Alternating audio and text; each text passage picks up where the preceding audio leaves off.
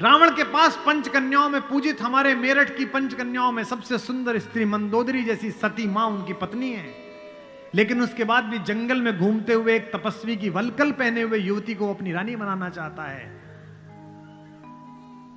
लेकिन युद्ध के आखिरी दिन जब रावण पड़ा हुआ है नीचे निश्चेष्ट, उसका शव पड़ा हुआ है, तो मंदोदरी ने विलाप करने के बाद पूछा, वो कहां गया जिसने इसे मारा? लोगों ने कहा वहां बैठा। समुद्र के किनारे शाम ढल रही है, सूरज डूबने वाला है और रघुवंशी राम उदास एक पत्थर पर बैठे हुए कि इतना रक्तपात क्यों हुआ, दुखी है राम लाशों को देखकर। मंदोदरी गई, कमांडो खड़े हुए हैं उनको रोकने के लिए, लेकिन देखा कि माता मंदोदरी आ रही है तो पुलिस वाले हट गए, वानर हट गए, पीछे से पहुंची। चिंताग्रस्त राम ने अचानक एक स्त्री की छाया देखी जो पैर के आसपास आ रही है। राम सचेत होकर उठे और पलटकर कहा कि देवी मैं आपको प्रणाम करता हूं, इस निर्जन रण क्षेत्र में आप कौन हैं? मंदोदरी ने कहा, हे राम, मैं रावण की दुर्भाग्यशाली पत्नी मंदोदरी हूं।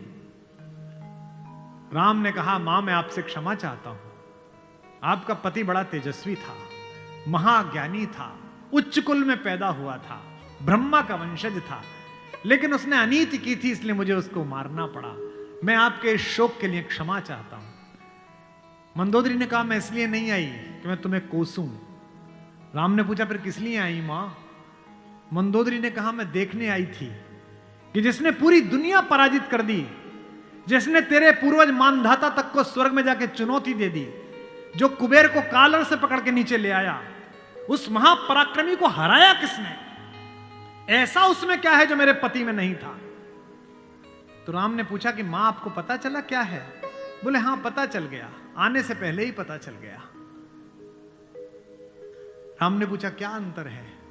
बोले राम एक मेरा पति था जो मेरी जैसी सुदर्शना होते हुए भी तेरी पत्नी चाहता था, एक तू है कि पीठ पर से भी परिस्त्री की छाया पड़ी है तो उठकर खड़ा हो गया है, ये उसमें तुझ में अंतर है।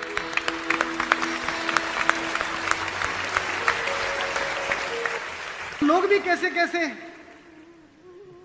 भाई छोड़िए, पत्नी छोड़िए, पिता छोड़िए, माता छोड़िए, शत्रु भी कैसा भाई।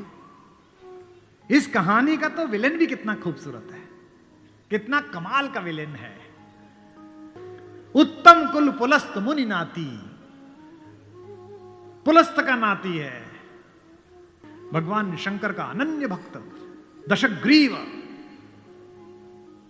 10 सिर नहीं है उसके, ये सम्मित है, ये जो रामलीला में लगा देते हैं। 10 दिमागों के बराबर का आईक्यू है,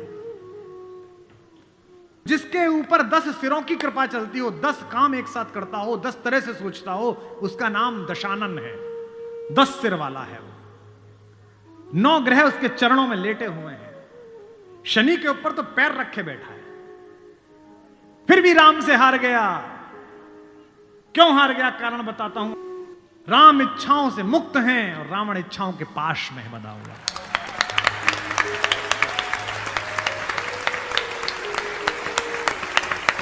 फिर जागना कि रावण मनुष्यों पर राज्य करता है, राम मनुष्यता पर राज्य करते हैं।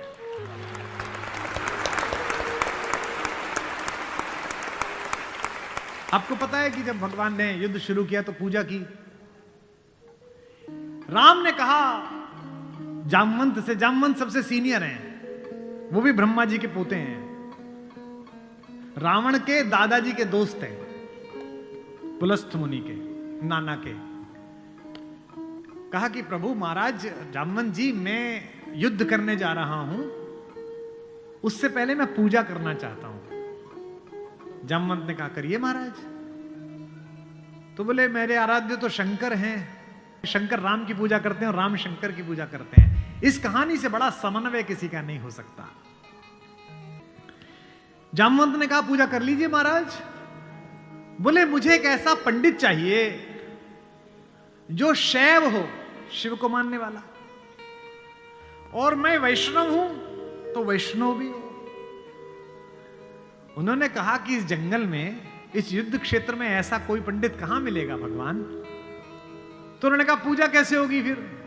तो जामवंत ने कहा एक पंडित मेरे ध्यान में है, पर वो आपका पुरोहित बनेगा नहीं। बोले कौन? बोले पुलस्त मुनि का नाथी महारथी रावण, वो शिव का भक्त है और वैष्णव भी है, उससे करा लीजिए। सोचिए जिसको हराने जा रहे हैं उससे पूजा।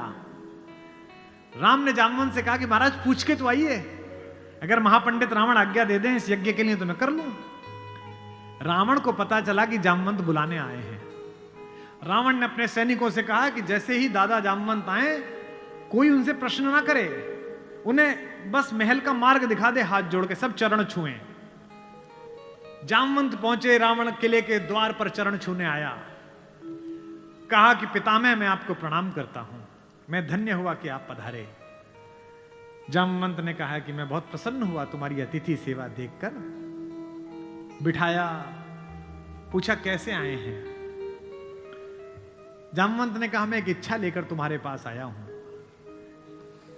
एक मेरे साथ 2 जजमान हैं, वो एक यज्ञ करना चाहते हैं युद्ध शुरू करने के लिए। उन्हें एक ऐसे पंडित की आवश्यकता है जो शैव भी हो और वैष्णव भी। तुमसे अधिक गुणी व्यक्ति तो पृथ्वी पर नहीं है, क्या उनका पुरोहित बन सकोगे? क्या पूछा रावण ने पहला, क्या करेक्टर है, वाह। रावण ने कहा जहां तक मुझे सूचना है आपके दोनों यजमान अयोध्या के निर्वासित राजकुमार राम और लक्ष्मण तो नहीं है? जामवंत ने कहा हां दशशीष, वे ही दोनों हैं, क्या आप स्वीकार करेंगे? उसने हां ना नहीं करी, फिर बोला क्या उनके यज्ञ का उद्देश्य लंका विजय है? जामवंत ने कहा हां उनका यही उद्देश्य है, क्या आप स्वीकार करेंगे? उसने कहा मैं तो जिज्ञासा के लिए पूछ रहा था, अन्यथा द्वार पर आकर किसी पंडित से कोई यज्ञ के लिए कहे, अस्वीकार करना उसका धर्म ही नहीं है। मैं आपके साथ चलूंगा और उनका यज्ञ कराऊंगा।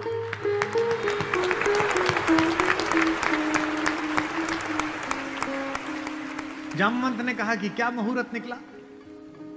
उसने नवग्रहों को बुलाया, बोले इधर बैठ, तू इधर बैठ, तू इधर बैठ।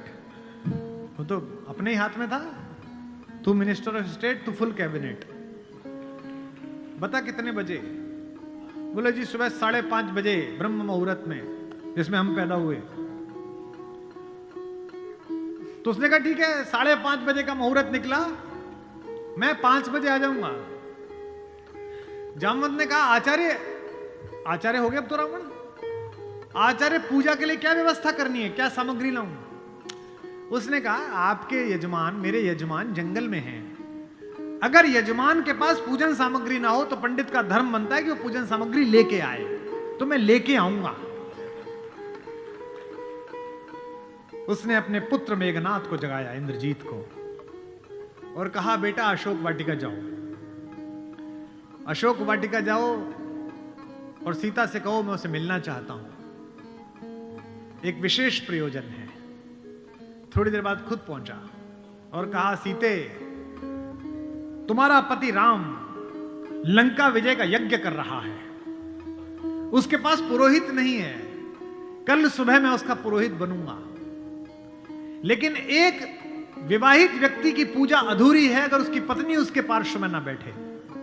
क्योंकि तुम उसकी पत्नी हो, तो सुबह ये इंद्रजीत रथ लेकर आएगा, तुम स्नान करके नया वस्त्र पहनकर इस रथ में बैठ जाना, क्योंकि मेरे यजमान की पूजा पूर्ण होनी चाहिए, मैं पूर्ण पूजा का पुरोहित नहीं हूं।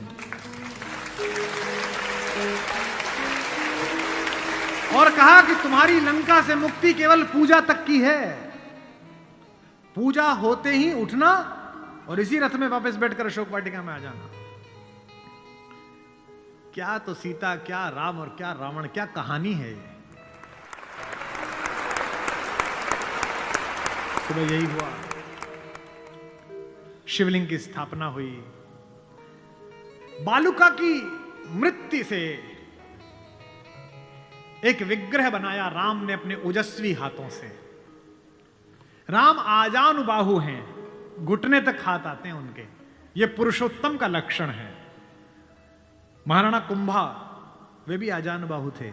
कभी कुंभलगढ़ के किले में जाइए, 3 फीट का शिवलिंग है, नीचे बैठ के अपने ही हाथ से लोटे से रुद्राभिषेक करते थे बिना उठे। वे भी सूर्यवंशी थे, राम आजानुबाहु थे। उन्होंने अपने बड़े बड़े हाथों से शिवलिंग तैयार करा। धोती पहने हुए, तिलक लगाए हुए तेजस्वी रावण पहुंचा। राम और लक्ष्मण ने आसन से खड़े होकर अपने पुरोहित को प्रणाम करा। आचार्य, मैं दशरथ का पुत्र राम अपने छोटे भाई लक्ष्मण के साथ आपको प्रणाम करता हूं। दोनों ने पैर छुए रावण के और कहा कि आचार्य आसन ग्रहण करिए। आचार्य ने पूजन प्रारंभ किया। ओम गणपति गंगावाय। अब ये कि पत्नी कहां से आए? आचार्य ने पूछा राम से। मेरे यजमान विवाहित है? राम ने कहा हां आचार्य मैं विवाहित हूं। अपनी धर्म पत्नी से कहिए कि वो आपके पार्श्व में आकर बैठे। राम ने कहा आचार्य मेरी धर्म पत्नी मेरे साथ नहीं है। तो जामवंत ने कहा आचार्य अब पूजा कैसे होगी? बोले पितामह मैंने आपसे कहा था कि किसी यजमान के पास अगर सामग्री किसी भी तरह की पूरी ना हो, कोई व्यवस्था पूरी ना हो, तो आचार्य का धर्म है कि वो पूरी व्यवस्था बना के लाए। बेटा इंद्रजीत, यजमान की पत्नी को उनके पार्श्व में स्थापित करो। अपहरण गई हुई मां हमारी जगत जननी भारतेश्वरी पार्श्व में बैठी। पूजन प्रारंभ हुआ, सारी अर्चना हुई और पूजन के बाद रावण ने कहा कि मैं आप दोनों यजमानों को आशीर्वाद देता हूं कि आप दोनों जिस संकल्प के कारण ये पूजा कर रहे हैं, आज सारे देवता उपस्थित होकर आपके संकल्प को पूर्ण करें। मैं आशीर्वाद देता हूं। हमारे गांव में गीत गाया जाता था, बना पुरोहित रामचंद्र का जय का वर दे आया। जब चलने लगे तो राम ने पूछा, बोले आचार्य दक्षिणा? तो आचार्य हंसा। बोला त्रैलोक्य की संपदा आपके आचार्य के पास है, कुबेर का रथ आपके आचार्य के पास है, ऐसे में मेरा वनवासी मुझे क्या दक्षिणा देगा मेरा यजमान? तो राम ने कहा कि मैं रघुवंशी हूं, दक्षिणा के बिना पूजा कराना मेरे लिए निष्फल हो जाएगा, आप दक्षिणा तो मांगिए। तो रावण ने कहा कि मैं आपसे समय पर दक्षिणा मांग लूंगा। राम ने कहा उस समय में देने योग्य बचा या ना बचा? आचार्य बता तो दीजिए कि दक्षिणा क्या है। आचार्य ने दक्षिणा मांगी, उस पर रावण को भी राम की तरफ से प्रेम भेजा जा सकता है। आचार्य ने कहा मेरी दक्षिणा यही है कि आचार्य का जब अंतिम समय आए तब दोनों यजमान मेरे सामने उपस्थित रहें। एक अंतर समझ लेना राम और रावण में। आप ढूंढना आपके अंदर रावण है कि राम है। राम के पास जो है वो पर्याप्त है और रावण को जो प्राप्त है वो पर्याप्त नहीं है। रावण के पास पंचकन्याओं में पूजित हमारे मेरठ की पंचकन्याओं में सबसे सुंदर स्त्री मंदोदरी जैसी सती मां उनकी पत्नी है, लेकिन उसके बाद भी जंगल में घूमते हुए एक तपस्वी की वलकल पहने हुए युवती को अपनी रानी बनाना चाहता है। लेकिन युद्ध के आखिरी दिन जब रावण पड़ा हुआ है, नीचे निश्चेष्ट उसका शव पड़ा हुआ है, तो मंदोदरी ने विलाप करने के बाद पूछा वो कहां गया जिसने इसे मारा? लोगों ने कहा वहां बैठा। समुद्र के किनारे शाम ढल रही है, सूरज डूबने वाला है और रघुवंशी राम उदास एक पत्थर पर बैठे हुए कि इतना रक्तपात क्यों हुआ, दुखी है राम लाशों को देखकर। मंदोदरी गई, कमांडो खड़े हुए हैं उनको रोकने के लिए, लेकिन देखा कि माता मंदोदरी आ रही है तो पुलिस वाले हट गए, वानर हट गए। पीछे से पहुंची, चिंताग्रस्त राम ने अचानक एक स्त्री की छाया देखी जो पैर के आसपास आ रही है। राम सचेत होकर उठे और पलटकर कहा कि देवी मैं आपको प्रणाम करता हूं, इस निर्जन रण क्षेत्र में आप कौन हैं? मंदोदरी ने कहा हे राम, मैं रावण की दुर्भाग्यशाली पत्नी मंदोदरी हूं।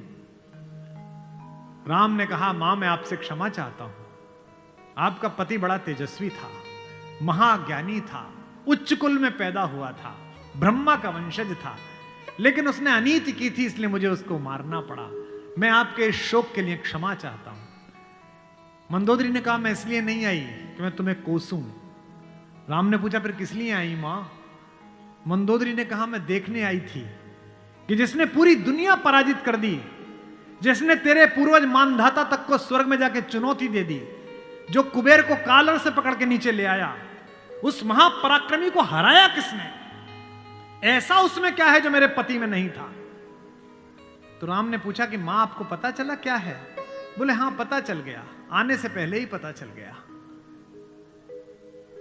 राम ने पूछा क्या अंतर है?